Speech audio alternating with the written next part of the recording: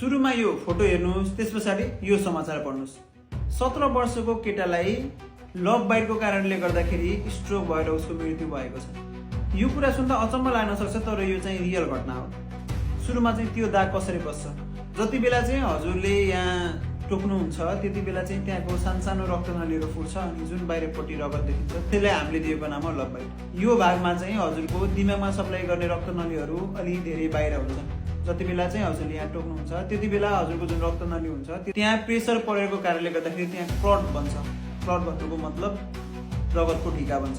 यदि हजुरको त्यो ढिका चाहिँ त्यहाँबाट छुटेर हजुरको माथि दिमागको कुनै पनि भागमा गयो भने त्यसले चाहिँ दिमागमा बग्ने रगतको प्रभाव बिगार्छ अनि हजुरलाई हुन्छ स्ट्रोक। स्ट्रोक गएर ज्यान जाने कुरा त हजुरले बुझिसक्नुभयो। यदि ज्यान नगए पनि हजुरहरूको शरीर आधा प्यारालाइसिस हुने, हात खुट्टा नचल्ने सबै समस्याको जोखिममा पर्नुहुन्छ। भ्यालेन्टाइन विक पनि आएको छ। यो लभ बाइटको कारणले गर्दाखेरि मान्छेको ज्यान पनि जान सक्ने रहेछ भन्ने ज्ञान पनि हामीहरूले लिनुपर्छ।